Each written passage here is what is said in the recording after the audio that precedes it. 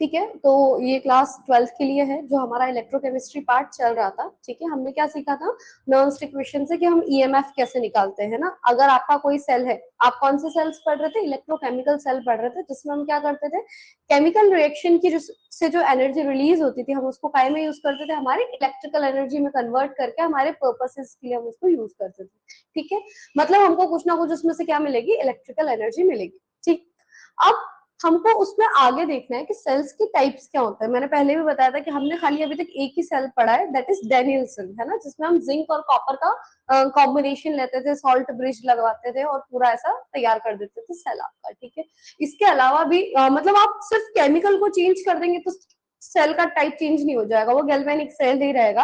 But overall कितने अलग अलग टाइप के सेल हमारे पास प्रेजेंट होते हैं जो कि इलेक्ट्रोकेमिकल सेल का काम करते हैं, मतलब केमिकल एनर्जी को काय में कन्वर्ट करते हैं, आपके इलेक्ट्रिकल एनर्जी में कन्वर्ट करते हैं। तो टाइप्स ऑफ सेल में हमको आज पढ़ना है। ठीक है, there are 3 types of cell, 3 type के सेल होते हैं। ठीक है, primary cell,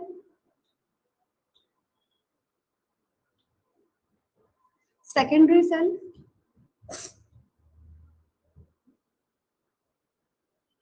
and fuel cell.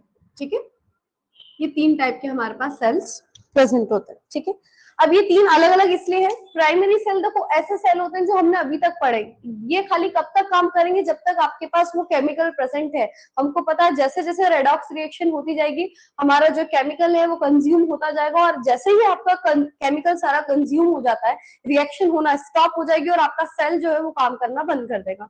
वो होते हैं प्राइमरी सेल, जिसको आप सिर्फ एक बार यूज कर सकते हो, है ना, जैसे कि पुराने जमाने में पेन आते थे ना, वो 2-2 रुपए वाले, यूज करो और फेंको बस। ये सेल प्राइमरी सेल कैसे होते हैं, बस आप उसको एक बार यूज कर सकते हो।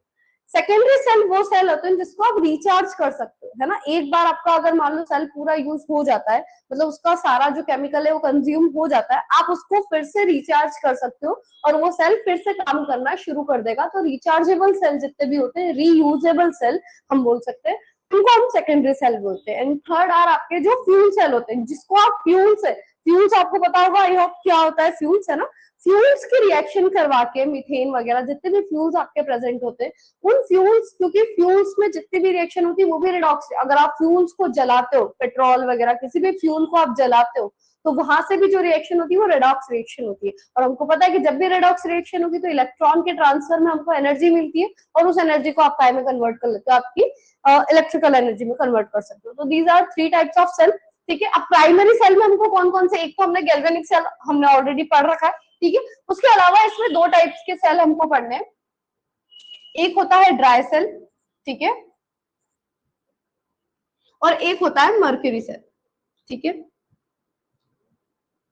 सेकेंडरी सेल में भी 2 टाइप के सेल होते हैं, एक होता है आपका लेड स्टोरेज बैटरी,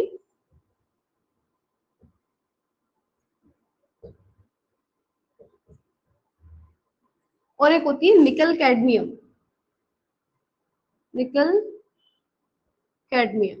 ठीक है, और एक आपका फ्यूल सेल। ठीक है, ये आपको इतने टाइप्स के सेल पढ़ने हैं। अभी इन सब में आपको बेसिकली पढ़ना क्या है, सबसे पहले आपको इनका डायग्राम बनाना आना चाहिए, है ना, सेल कैसे बनाते हैं, सेल रिप्रेजेंटेशन आना चाहिए उसका, सेल रिएक्शन आनी चाहिए, आपको पता होना चाहिए एनोड क्या है, कैथोड क्या है। देखो ये मैं बहुत समराइज कर रही हूँ कि इसमें से कोई सा भी सेल अगर आपके थ्योरी वाले एग्जाम में भी आ जाए तो आपको क्या करना है, आपको सबसे पहले उस सेल को समझाना है कि ये सेल है क्या, इसमें क्या क्या कंपोनेंट्स आप यूज कर रहे हो, वो बना किस किस चीज का है, उसमें क्या एनोड है क्या कैथोड है, कैथोड का काम कौन कर रहा है, मतलब रिडक्शन कहाँ हो रहा है, और एनोड का काम कौन कर रहा है, मतलब ऑक्सीडेशन कहाँ हो रहा है, और फिर उनका सेल रिएक्शन कि एनोड पे क्या रिएक्शन हो रही है, किसका ऑक्सीडेशन हो रहा है, फिर उसकी कैथोड पे क्या रिएक्शन हो रही है, किसका रिडक्शन हो रहा है, ओवरऑल रिएक्शन क्या हो रही है। और इसमें प्लस आपको एक चीज और ध्यान रखनी पड़ेगी कि इन सेल से, क्योंकि एक ही टाइप का सेल है पर्टिकुलर, तो इन सेल से आपका जनरली कितने कितने रेंज में आपका ईएमएफ जनरेट हो पाता है, मतलब कितना वोल्टेज आपको मिलता है, एक रेंज रहती है सबकी फिक्स, तो वो रेंज आपको इसमें लिखनी रहेगी और डायग्राम बनाना रहेगा सिंपल। बस सब में क्या क्या याद रखना है, डायग्राम, कंपोनेंट्स, एनोड कैथोड क्या है और उनका रिएक्शन क्या है, बस, और उनका ईएमएफ। ठीक है, इन सारे सेल का काम। और इसमें थोड़ा जो सेकेंडरी सेल आएगा इसमें थोड़ा आपको समझाना भी पड़ेगा कि जब वो सेकेंडरी रिचार्ज का काम कर रहा है तब वो रिएक्शन कैसे करता है। ठीक है। तो हम स्टार्ट कहाँ से करते हैं, ड्राई सेल से शुरुआत करते हैं। तो ड्राई सेल आपने देखा ही होगा, जो आपके रिमोट्स वगैरह में वो जो गोल वाला यूज होता है एवर रेडी का, वो सब, वो सारे सेल आपके कैसे होते हैं, ड्राई सेल, मतलब जिसमें लिक्विड आपको नहीं दिखता है, पूरे पैक्ड होते हैं, ठीक है। अब उनके अंदर का बनावट कैसी रहती है, क्या एनोड रहता है, क्या कैथोड रहता है, ठीक है। तो उसके लिए देखो ड्राई सेल में आपको यहाँ बना रही हूँ, आपको भी बुक में होगा इसका डायग्राम, ठीक है। सबको एक एक बार बनाकर देखना है, बिना बनाए, मतलब ऐसा नहीं कि कथा सुनने बैठे हैं, बना के एक एक बार सभी को देखना है, ठीक है। किस टाइप का दिखता है देखिए,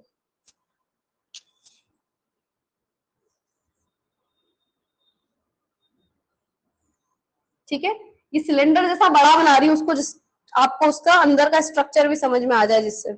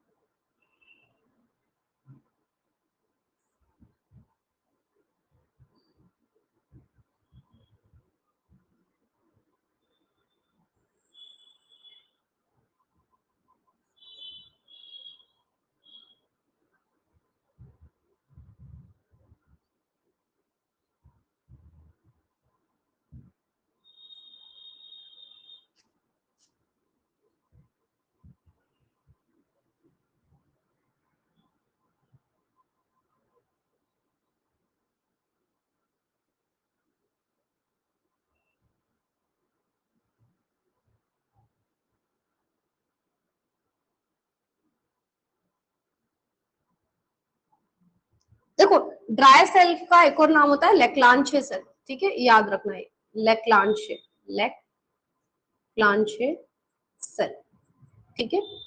इस टाइप का कुछ दिखता है आपका सेल, ठीक है। जिंक Zn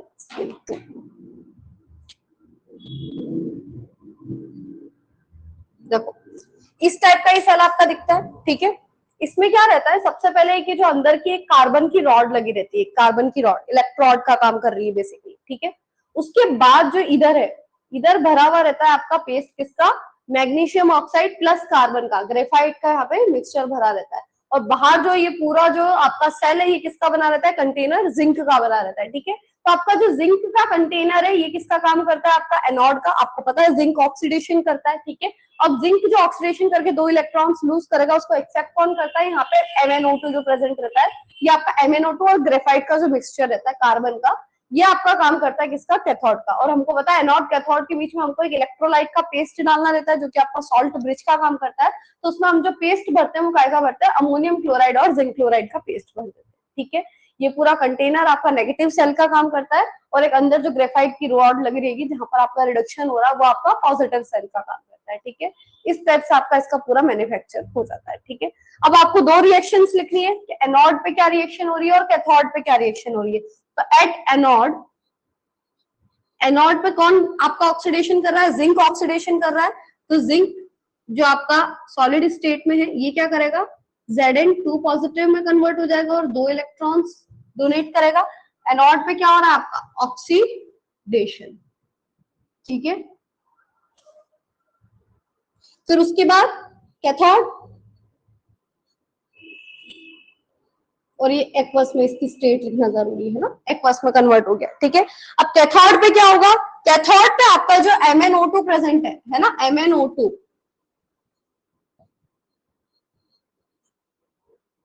ठीक है। और उसके बाद यहाँ पे क्या होता है, ये जो पेस्ट में, अब ये देखो स्ट्रॉन्ग इलेक्ट्रोलाइट है, तो ये जो पेस्ट है ये अमोनियम अलग हो जाएगा, क्लोरीन अलग हो जाएगा, इसका जिंक अलग हो जाएगा, इसका क्लोरीन अलग हो जाएगा, तो यहाँ से आपका NH4 प्लस रहता है और ये 2 इलेक्ट्रॉन्स को एक्सेप्ट करेगा। ठीक है, 2 इलेक्ट्रॉन्स को एक्सेप्ट करेगा, Mn कन्वर्ट हो जाता है Mn2O3 में, प्लस अमोनियम आयन है वो कन्वर्ट हो जाता है NH3 में इन 2 इलेक्ट्रॉन्स को लेकर। अब इसको बैलेंस करो तो देखो यहाँ पे 2 है, यहाँ 2 लगा दो। ठीक है, 2 2 जा 4, 4 है। ठीक है, यहाँ पे आपके 3 ऑक्सीजन आ रहे हैं, 1 ऑक्सीजन और बच रहा है, और हाइड्रोजन यहाँ पे 1 बच रहा है, यहाँ पे भी अगर मैं 2 लगा दूं, ये 2 आ गया। ठीक है, तो हाइड्रोजन यहाँ से 2 बच जाएंगे और 1 ऑक्सीजन बच जाएगा, तो ये H2 की फॉर्म में। देखो H2 यहाँ पे मैक्सिमम जगह आप देखोगे कि आप जितने भी रिएक्शंस लिखोगे, जिंक वाली अभी तक जो देखी वो डैनियल सेल की बहुत इजी थी, लेकिन अभी जितनी रिएक्शंस देखोगे वहां कहीं ना कहीं H2O आएगा, है ना। तो जब पानी आपका आइदर रिएक्टिंग साइड आ रहा है या फिर प्रोडक्ट साइड आ रहा है, तो वो just for balancing the reaction को बैलेंस करने के लिए H2 आपका लिखा हुआ रहेगा। ठीक है, तो यहाँ पर देखो किसका ऑक्सीडेशन हो रहा है, अब यहाँ पे देखो रिडक्शन हुआ किसका, मैम ऑक्सीडेशन तो जिंक का समझ में आ गया, लेकिन यहाँ पे रिडक्शन में आपने इतनी सारी रिएक्शन लिख दी, रिडक्शन हो किसका रहा है। देखो ऑक्सीडेशन स्टेट्स का पता करते हैं, देखो NH4 प्लस कैसा रहता है इसको समझना थोड़ा, है ना। NH4 प्लस कैसा रहता है, अमोनिया कैसा रहता है, ये अमोनिया ये लोन पेयर रहते हैं, ये हाइड्रोजन रहता है, ये हाइड्रोजन रहता है, ये हाइड्रोजन रहता है, ये अमोनिया रहता है, इसके ऊपर कोई चार्ज नहीं रहता।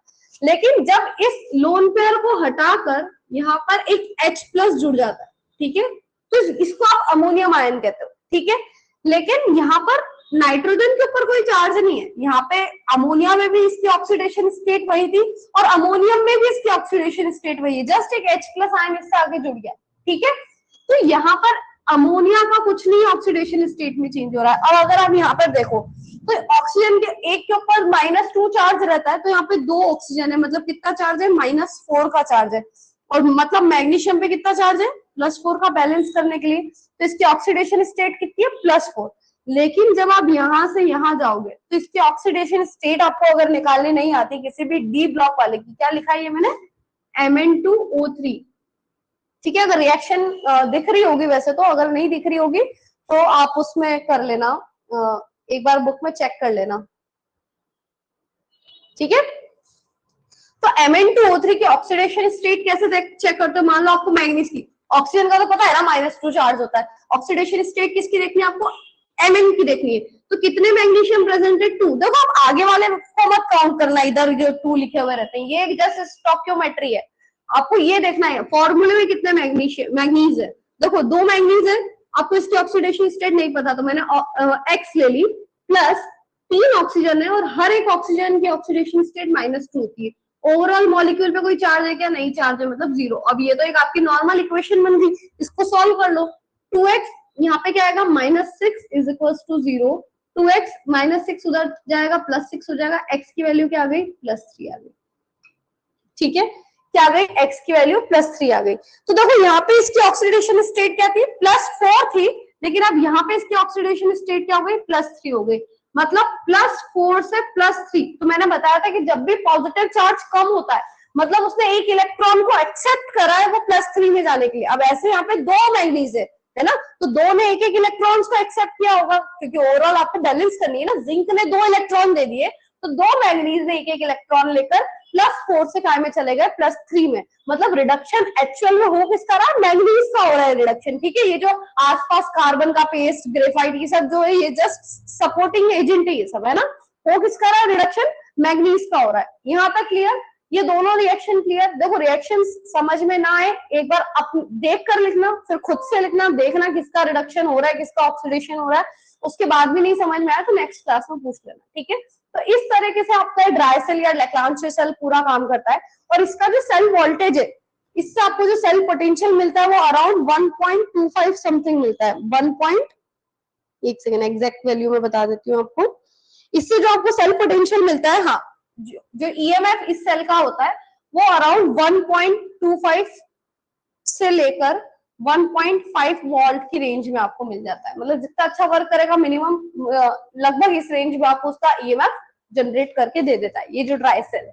ठीक है, ये क्लियर, आई होप इतना अब आपको समझ में आ गया होगा। ठीक है, नेक्स्ट हम आगे बढ़ते हैं मरकरी सेल की तरफ। ठीक है, मरकरी सेल अगर आपने देखे हो तो छोटे छोटे वो जो बच्चों के खिलौने नहीं आते थे, वो फोन में वो छोटे छोटे सेल लगाते थे, वॉच में लगाते थे छोटे छोटे सेल। मैं अभी फोटो दिखा दूंगी आपको, समझ में आ जाएगा, ठीक है। तो वो छोटे छोटे सेल को आप वो क्या बोलते हो, मरकरी सेल। वो भी ड्राई होते हैं, ठीक है, लिक्विड उसको फोड़ो तो निकलता है, ठीक है। अब वो आपका प्राइमरी सेल है, एक बार खत्म तो काम करना बंद कर देता है। ये भी आपका क्या है, प्राइमरी सेल है, एक बार काम करता है फिर आप इसको रीयूज नहीं कर सकते, ठीक है। तो अब उसका वर्किंग कैसा रहता है, कैसा दिखता है, उसमें क्या क्या कंपोनेंट रहते हैं, कौन एनोड रहता है, कौन कैथोड रहता है, ये सब हमको देखना है, ठीक है। ये एक बार इसका स्क्रीनशॉट ले लो, ठीक है, और लिख लेना। और अगर स्क्रीनशॉट का इसमें फीचर ना हो तो वीडियो पॉज करके लिख लेना, ठीक है, रिकॉर्डिंग रहेगी तुम्हारे पास, ठीक है। अब इसके बाद हम क्या देख रहे हैं, मरकरी सेल देख रहे हैं।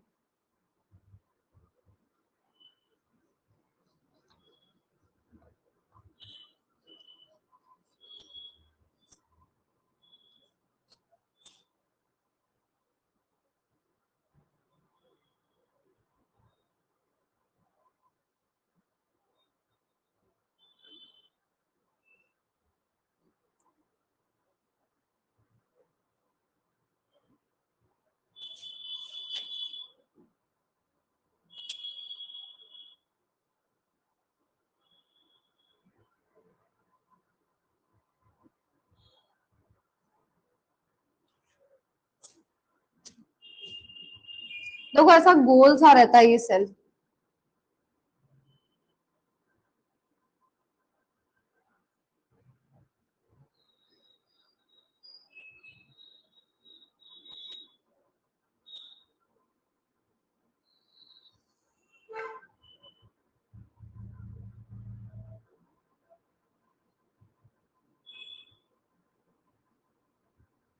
ये सब तोड़ के बता रखा है, ठीक है।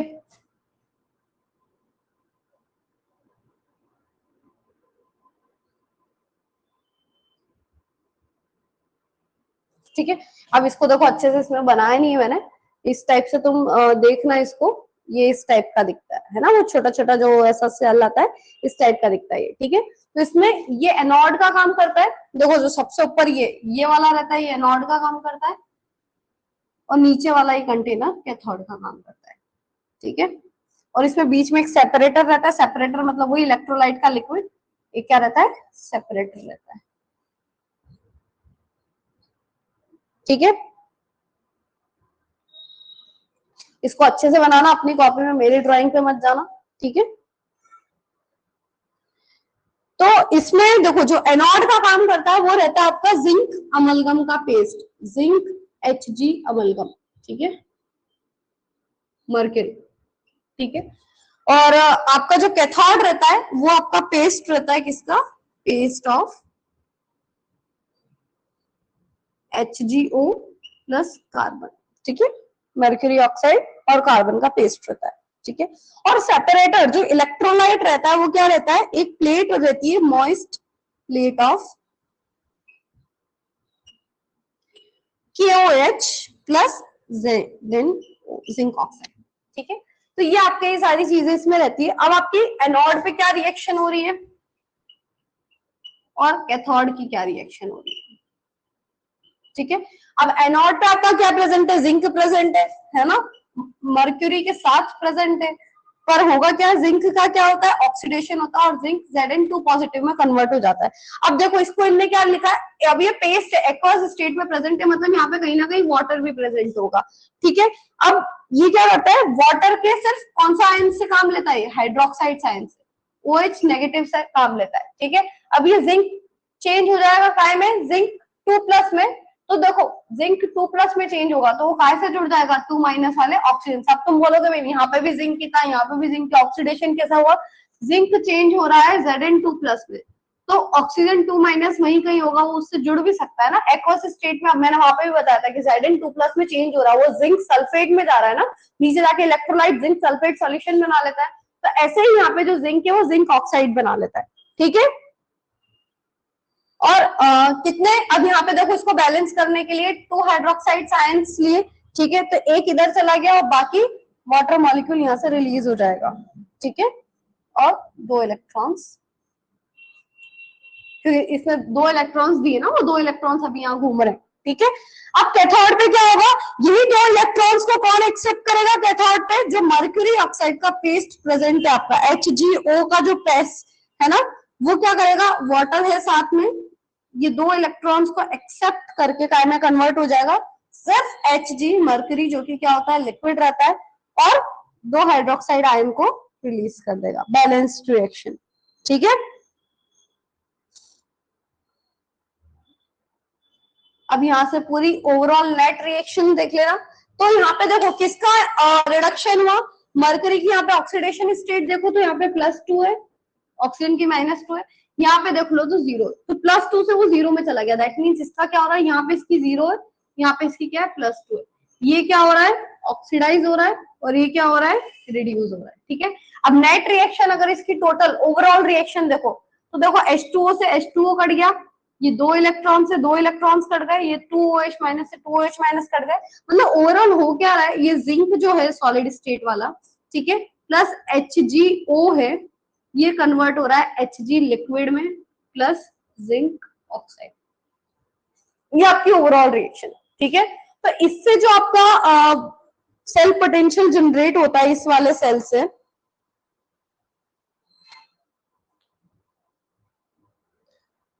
वो करीब होता है 1.35 वोल्ट का, कितना, 1.35 वोल्ट का,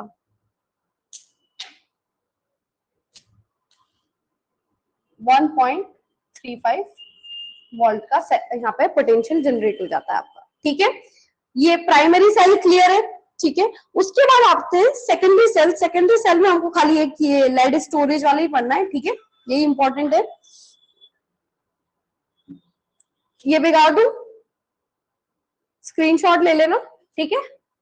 लेड स्टोरेज का ये थोड़ा इंपॉर्टेंट हो जाता है, क्योंकि प्राइमरी सेल वर्क कैसे करता है, ऑक्सीडेशन रिडक्शन, यहाँ तक तो चलो सब बच्चे समझ ही लेते हैं, लेकिन यहाँ पे इंपॉर्टेंट हो जाता है कि इसका ये जो क्योंकि हमारा सेकेंडरी सेल क्या कर रहे हैं, रीयूजेबल होते हैं, रिचार्ज हो सकता है, इसको फिर से रिचार्ज करना पड़ता है, तो वहां पे जो क्वेश्चंस आते हैं वो आपको यहीं से फंसाता है कि इसको रिचार्ज वाला, आपका मान लो वाइवा भी होगा, तो रिचार्ज कैसे हो रहा है, क्या रिएक्शन वहां पे यूज हो रही है।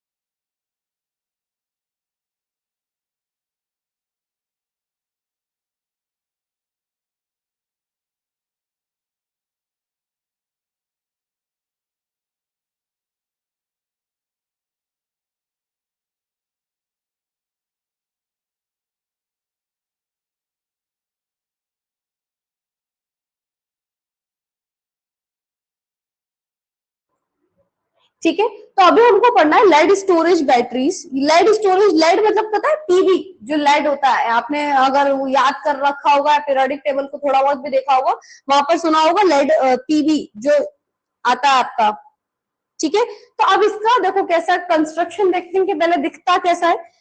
लेड स्टोरेज बैटरीज में क्या करते हैं, देखो ये आपके बैटरीज आप देखो तो ऑटोमोबाइल्स मतलब कार की जो बैटरी वगैरह होते हैं ना, बैटरीज वहां पर ये यूज होता है आपका लेड स्टोरेज बैटरी, ठीक है। तो इसका कंस्ट्रक्शन कैसा रहता है, देखो ये एक बड़ा सा चेम्बर ले लिया, इसमें है ना देखो 6 रॉड्स रहते हैं, 6, 1 2 3, ठीक है, और 3 में दूसरा कलर से बना रही हूँ, 1 2 और ये 3, ठीक है। तो ये जो 3 बैटरीज रहते हैं, ये एक को छोड़कर एक, ये सेम कनेक्टेड रहते हैं सेम टर्मिनल पर, ठीक है। और ये जो 3 बैटरीज रहते हैं ये वाले, ये तीन सेम टर्मिनल पर कनेक्टेड होते हैं, मतलब ये क्या है आपके एनोड है और ये क्या है कैथोड है, ठीक है। तो एनोड कौन है, ये जो ब्लू वाले बैटरीज जितने भी है, ये ब्लू वाले बैटरीज, ठीक है।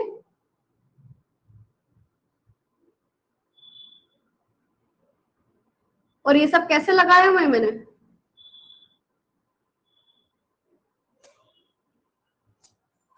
अल्टरनेट पोजीशंस पर। तो ये जो ब्लू वाले जितने बैटरीज हैं ये एनोड का काम करते हैं, ये तीन बैटरीज, ठीक है।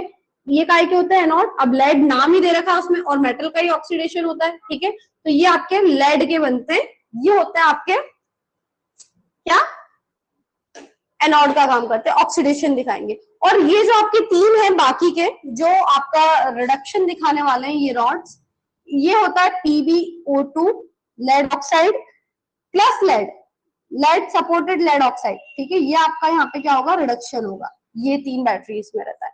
अब यहाँ पे इलेक्ट्रोलाइटिक सोल्यूशन क्या ले रहे हो आप, ठीक है। मेन इलेक्ट्रोलाइटिक सोल्यूशन के बिना तो आपका सेल ही अधूरा है, ठीक है, हमने अच्छे से पढ़ा है। तो ये पूरे जो रॉड्स रहते हैं ये डिप्ट रहते हैं किसमें, इसमें एक बहुत इंपॉर्टेंट आपने नाम भी सुना होगा, जो खत्म हो जाता है हमको रिफिल करवाना रहता है, ठीक है।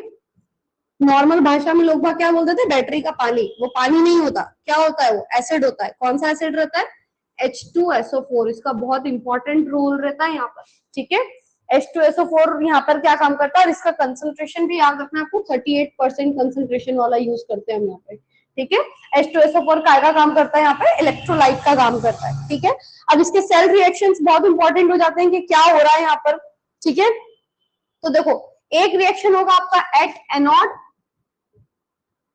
और एक होगा आपका कैथोड में, ठीक है। तो एनोड पे तो आपको पता है जो पीबी है लेड है वो काय में कन्वर्ट हो जाएगा, Pb2+ में कन्वर्ट हो जाएगा, ठीक है। तो वो क्या हो जाएगा, उसका ऑक्सीडेशन हो जाएगा, ठीक है। अब देखो मैंने क्या बताया, ऑक्सीडेशन हो जाएगा, लेकिन वो पीबी जो है यहाँ पे जो पीबी था ये Pb2+ में कन्वर्ट हुआ है ना, और उसका ऑक्सीडेशन हो गया, 2 इलेक्ट्रॉन्स उसने छोड़ दिए। अब वो ऐसा अकेला तो नहीं रहेगा ना, वो किसके साथ कंबाइन हो जाएगा, ये जो H2SO4 के सल्फेट आयंस यहाँ पे घूम रहे होंगे। अब H2SO4 स्ट्रॉन्ग इलेक्ट्रोलाइट है, वो किस फॉर्म में रहेगा, H+ आयंस भी होंगे, सल्फेट आयंस भी होंगे। तो पीबी क्या करता है, किसके साथ कनेक्ट हो जाता है, लेड सल्फेट बना लेता है। मतलब आपका जो पीबी है जो सॉलिड स्टेट में था आपका, वहां पे क्या प्रेजेंट है, आपको SO4 2 आयंस, ये एक्वस स्टेट में ऑलरेडी प्रेजेंट है। ये पीबी काय में कन्वर्ट हो जाएगा, Pb2, यहाँ पे लिख देती हूँ, ये Pb2 पॉजिटिव में कन्वर्ट हो जाएगा। अब ये 2 पॉजिटिव है, ये 2 नेगेटिव है, क्या बना लेंगे, लेड सल्फेट बना लेंगे। और प्लस यहाँ पे क्या रिलीज हो जाएगा, 2 इलेक्ट्रॉन्स यहाँ पे क्या हो जाते हैं, रिलीज हो जाते हैं, ठीक है। लेड सल्फेट बन गया आपका, ठीक है। और ये कौन से स्टेट में रहता है, सॉलिड स्टेट में, ठीक है। अब आपके कैथोड पे क्या होता है, कैथोड पे आपका क्या प्रेजेंट है, लेड ऑक्साइड प्रेजेंट है, ठीक है। तो लेड ऑक्साइड क्या करेगा, आपका रिडक्शन करेगा।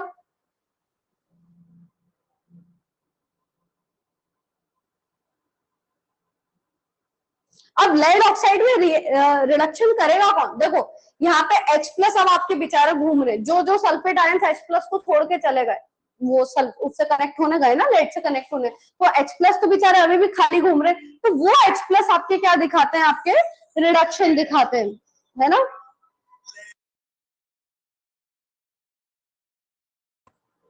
ठीक है, तो अब यहाँ पर क्या होगा, देखो एक तो लेड प्रेजेंट है, लेड ऑक्साइड, ठीक है, प्लस आपके पास जो H+ आयंस घूम रहे और सल्फेट आयंस घूम रहे, ये भी प्रेजेंट है। अब ये क्या करेंगे, 2 इलेक्ट्रॉन्स जो उसने डोनेट करे, इन 2 इलेक्ट्रॉन्स का एक्सेप्ट करेंगे, और 2 इलेक्ट्रॉन्स को एक्सेप्ट करके क्या करेंगे, अब वो एक्सेप्ट कर कौन रहा है ये देखना। देखो पीबी यहाँ पे 2 पॉजिटिव में, ये 2 नेगेटिव से पीबी सल्फेट बना लेगा, तो देखो इसकी ऑक्सीडेशन स्टेट में कोई चेंज नहीं हुआ है। देखने वाला बोलेगा कि यहाँ पे पीबी 0 था, वो 0 से +2 में गया है, ठीक है। यहाँ पे वो अभी भी +2 में और यहाँ पर भी +2 में, तो लेड का कुछ नहीं हुआ है, इसने खाली 2 ऑक्सीजन को छोड़ दिया यहाँ पे, जो कि टोन नेगेटिव वाली है।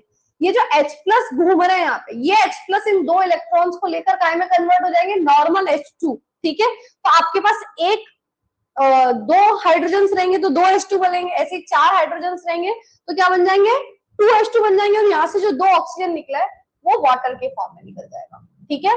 आई बात समझ में। अब सल्फेट को बस बैलेंस है मेरे अकॉर्डिंग टू ये पूरी रिएक्शन, ठीक है।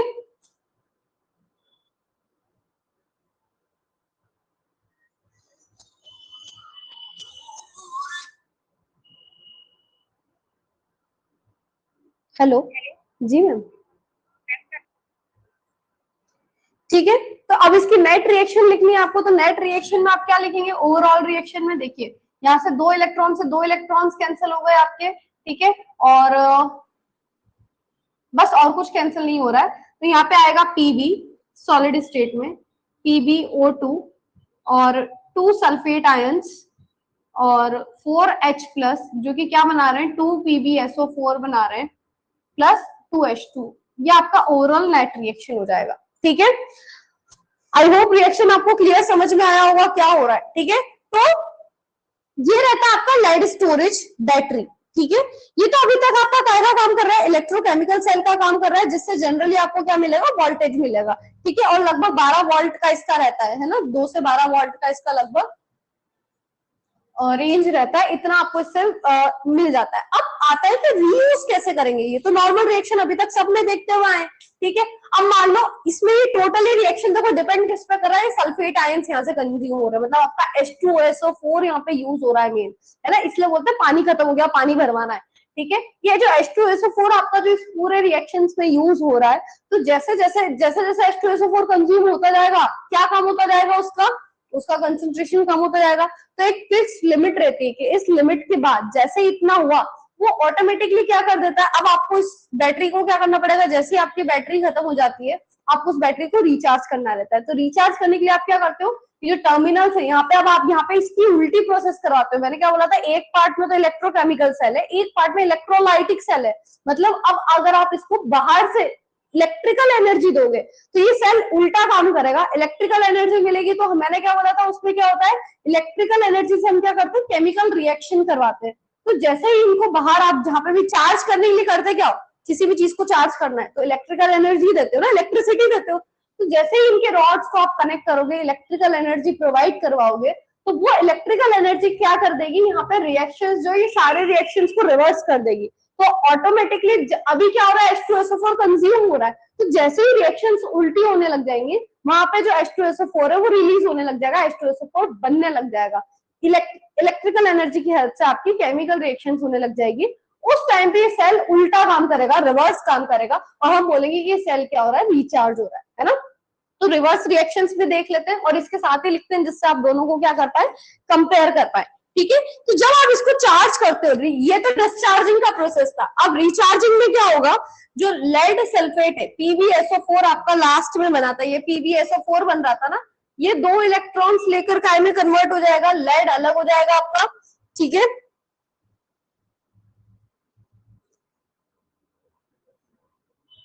और सल्फेट आयन अलग हो जाएगा। अब देखो इसमें, देखो सल्फेट यहाँ पे भी 2 नेगेटिव में प्रेजेंट है, सल्फेट अलग हो गया, ये आपका फर्स्ट रिएक्शन उल्टा हो गया, इसको मैंने उल्टा करके लिख दिया। ये क्या हो रहा है, रिडक्शन हो रहा है, लेड का क्या हो रहा है, रिडक्शन हो रहा है। अब ऑक्सीडेशन किसका होगा, ऑक्सीडेशन में उल्टी रिएक्शन हो जाएगी, जो लेड सल्फेट है PbSO4 था और वाटर था, ये टूट जाएगा, काय में टूटेगा, PbO2 में, मतलब वही रिएक्शन है, उल्टी करके लिख दो बस, SO4 2 नेगेटिव में प्लस 4H प्लस और 2 इलेक्ट्रॉन्स में, तो इसी रिएक्शन को रिवर्स करके लिख दो, है ना। तो यही रिएक्शन जब रिवर्स मोड में होगी, तो अब आप देखिए आपका जब ओवरऑल रिएक्शन लिखेंगे, नेट रिएक्शन लिखेंगे, नेट रिएक्शन क्या होगा, 2PbSO4 प्लस H2O, ये 2 इलेक्ट्रॉन से 2 इलेक्ट्रॉन्स कट गए, ठीक है। इधर क्या बना, लेड बना, इधर क्या है, लेड ऑक्साइड है, प्लस यहाँ पे 4H प्लस और 2SO4 2 नेगेटिव बना, मतलब ये क्या बन रहा है आपका, H2SO4 जनरेट हो रहा है। यही H2SO4 काय में यूज आएगा, आपका ये सेल की बैटरी, आपका इलेक्ट्रोलाइटिक सोल्यूशन बन गया। अब ये जैसे ही फुल चार्ज हो जाता है, आप इस सेल को फिर से रीयूज कर सकते हैं। आई बात समझ में। तो ये था आपका लेड स्टोरेज बैटरी, बहुत इंपॉर्टेंट है, अच्छे से सारे, मैं बार बार बोल रही हूँ, सारे रिएक्शंस लिख लिख के, सारे डायग्राम देखने में बहुत इजी लगता है, समझ में आ जाता है, लेकिन यही जब बिना देखे देखे बनवाएंगे ना, आपसे सिंपल डेनियल सेल भी नहीं बनेगा, ठीक है, अगर प्रैक्टिस नहीं करोगे तो। इतना होने के बाद फिर लास्ट हमारा फ्यूल सेल है। अब देखो फ्यूल सेल में खाली थ्योरी समझा देती हूँ क्या होता है। इतने सारे रिएक्शंस मैंने करवा दिया, अब आपका होमवर्क क्या रहेगा, एक तो फ्यूल सेल का जो रिएक्शन है वो आपको खुद से समझ कर आना है, क्योंकि नॉर्मल हाइड्रोजन ऑक्सीजन कार्बन का रिएक्शन, उसमें कुछ भी नहीं, ऑक्सीडेशन रिडक्शन है, ठीक है। पूछूंगी मैं, ट्रस्ट में, एक एक से पहले लिखवाऊंगी, उसी के बाद आपकी नेक्स्ट क्लास कंटिन्यू करूंगी, ठीक है। और उसके बाद फ्यूल सेल और इसके बाद एक और रिएक्शन बोलूंगी, वो भी तुमको खुद से समझ के आनी है, नहीं आएगी तो मैं करवा दूंगी, बट ट्राई पहले खुद से समझने का करना है, ठीक है। फ्यूल सेल में क्या होता है, आप कंबशन करवाते हो, किसका कंबशन करवाते हो, फ्यूल का कंबशन करवाते हो। एक कोई फ्यूल लेते हो, उसको कंबस्ट करते हो। कंबस्ट मतलब क्या, जलाते हो। कंबशन क्या होता है, ऑक्सीजन के प्रेजेंस में किसी को जलाना, क्या कहलाता है, कंबशन कहलाता है। तो वहां से हाइड्रोजन और ऑक्सीजन दो गैसेस आपकी रहती है, ठीक है। मैं फ्यूल सेल एक बार दिखा देती हूँ, दिखता कैसा है।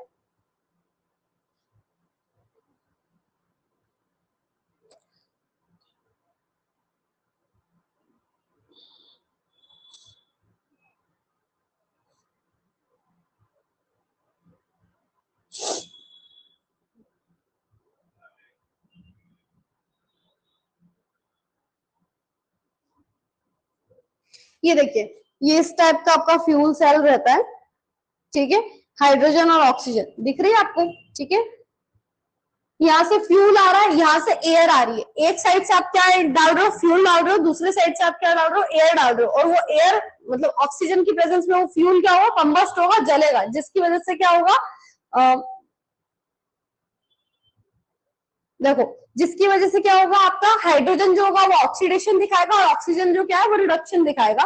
बस हाइड्रोजन और ऑक्सीजन ये दो ही रहते हैं, और उनका एक बैलेंसिंग रिएक्शन देख लेना। तो फ्यूल सेल में जो आपको ईएमएफ मिलता है, ये लगभग आपको 1 वोल्ट का मिलता है। कितना मिलता है, 1 वोल्ट का मिलता है, ठीक है। तो ये आपका आज सारे टाइप्स ऑफ सेल थे, ठीक है। अब इसके बाद आपको जो नेक्स्ट चीज पढ़नी है, ये मैं रफ कर रही हूँ, वो पढ़ना है कोरोजन। अब ये आज से पहले नया नाम नहीं है, आई थिंक सबने सुना ही होगा कोरोजन क्या होता है। तो कोरोजन क्या होता है, पहले तो थोड़ी देर पॉज करके अपने मन में सोचो क्या होता है, पता भी है कि नहीं पता।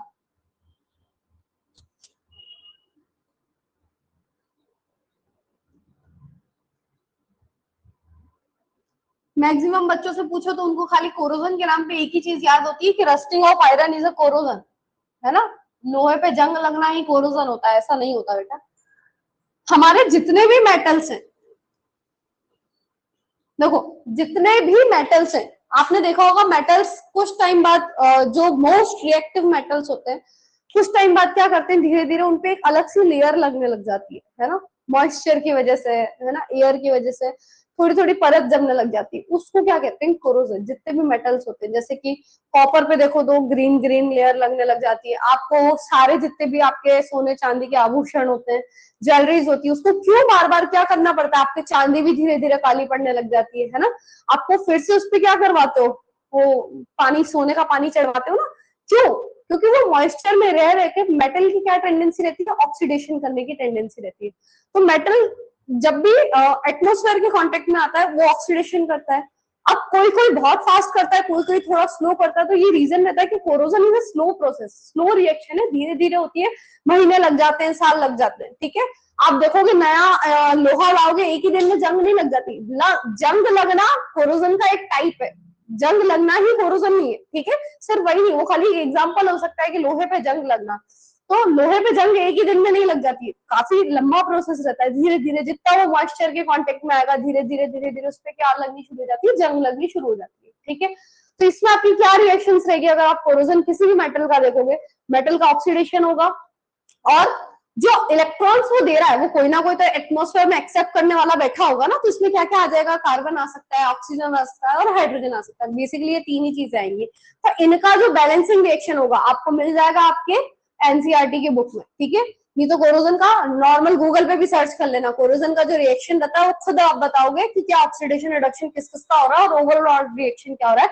तो कोरोजन में भी किसका बताओगे, सिर्फ आयरन का बताओगे, आयरन की रस्टिंग का बताओगे, आयरन पे जंग कैसे लगती है ना। तो कोरोजन, अब कोरोजन से बचा कैसे जाए, मैं थ्योरी पूरी समझा रही हूँ। कोरोजन समझ में आया, मेटल का धीरे धीरे मॉइस्चर के कांटेक्ट में आने से क्या होना, सड़ना, मतलब गलत प्रोसेस हो रही है। वो मेटल धीरे धीरे उसकी एक्टिविटी कम हो रही है ना, उसकी चमक जा रही है, लस्टर जो है वो सारा चला जाएगा धीरे धीरे, है ना। तो मेटल ये क्या कहलाता है, आपका कोरोजन कहलाता है। अब इससे कैसे बचे, तो देखो देयर हम कुछ उपाय कर सकते हैं, ठीक है। देयर आर सेवरल टेक्निक्स जिसकी वजह से हम क्या कर सकते हैं, कोरोजन को रोक सकते हैं, या कोरोजन से जैसे कि नॉर्मल मैंने अभी क्या बोला, लेयर चढ़ा देना, हम क्या करते हैं वापस से उस पर पेंट कर देना is one of the best cheapest technique में बोलूं कि बहुत सस्ती पड़ जाती है। क्या आपने देखा होगा, आपके जितने भी लोहे के कूलर पहले आते थे उस पर पेंट कर देते थे, पेंट से क्या होता था, वो मॉइस्चर से डायरेक्ट कांटेक्ट रुक जाता था, है ना। तो पेंट करना ये सब तो नॉर्मल टेक्निक है जो कोई भी कर सकता है, और अगर आप एकदम स्पेसिफिक हो जाते हैं तो उसमें इलेक्ट्रोप्लेटिंग करके एक टेक्निक होती है, ठीक है। इलेक्ट्रोप्लेटिंग में क्या होती है, होता वहां पे भी पेंट ही है, लेकिन वहां पे इलेक्ट्रिसिटी की हेल्प से और बहुत ही स्पेसिफिक कंडीशंस में उस पर इलेक्ट्रोप्लेटिंग होती है, जो कि थोड़ा मजबूत रहती है और थोड़ा टाइम ज्यादा चलती है, ठीक है।